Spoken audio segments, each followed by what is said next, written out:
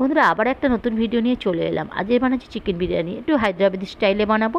আর 1 KG chicken নিয়েছি, সেটাকে ভালো করে পরিষ্কার করে ধুয়ে সেটাকে ম্যারিনেট করে নিলাম। 100 গ্রাম মতো কাঁচা লঙ্কা বাটা দিয়ে, কাশ্মীরি রেড চিলি, তারপরে দিয়ে দিলাম বিরিয়ানির মশলা, দিয়ে দিলাম টক দই আর সাদা তেল।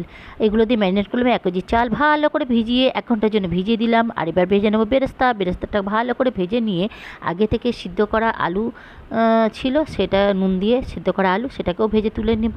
নিয়ে কিছু গোটা মশলা ফোড়ন দিয়ে দেবো, আর দিয়ে দেবো 1 চামচ আদা রসুন বাটা, তার উপরে 1/2 চামচ হলুদ আর 1 চামচ মতো লঙ্কার গুঁড়ো।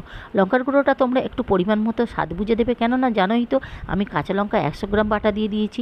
আর এবার ঝালটা তোমরা বুঝেই দেবে। এবারে ভালো করে আমি 2-3 মিনিট মতো লো ফ্লেমে রেখে ভেজে নেবো। নিয়ে যে যাতে রসুনের কাঁচা গন্ধটা কেটে যায়, তারপরেই দিয়ে দেবো ম্যারিনেট করা মাংস, ওর ওপরেই দিয়ে দেবো। দিয়ে আবার খানেক 1.5 মিনিট মতো লো ফ্লেমে রেখে একটু ভেজে নেবো। নিয়ে ওর উপরে দিয়ে দেবো কী বলো তো, বেরেস্তা ভাজা যেটা রেখেছিলাম, সেইটা আমি ওর ওপরে দিয়ে দেবো বেটে। বেরেস্তাকে মিক্সিতে বেটে দিয়ে দেবো।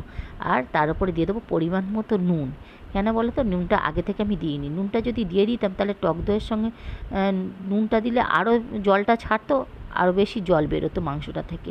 সেই জন্য নুনটাও আমি পরিমাণ মতো পরেই দিলাম। এবারে এটা ভালো করে আমি একটুখানি নাড়াচাড়া করে ভেজে নেব। নিয়ে ওর উপরে দিয়ে দেবো জল। আগে থেকেই আমি যে গামলা করে আমি মাংসটা ম্যারিনেট করতে দিয়েছিলাম, সেটাকে একটুখানি জল দিয়ে গরম করতে দিয়েছিলাম, সেই জলটাই এর মধ্যে ঢেলে দিলাম।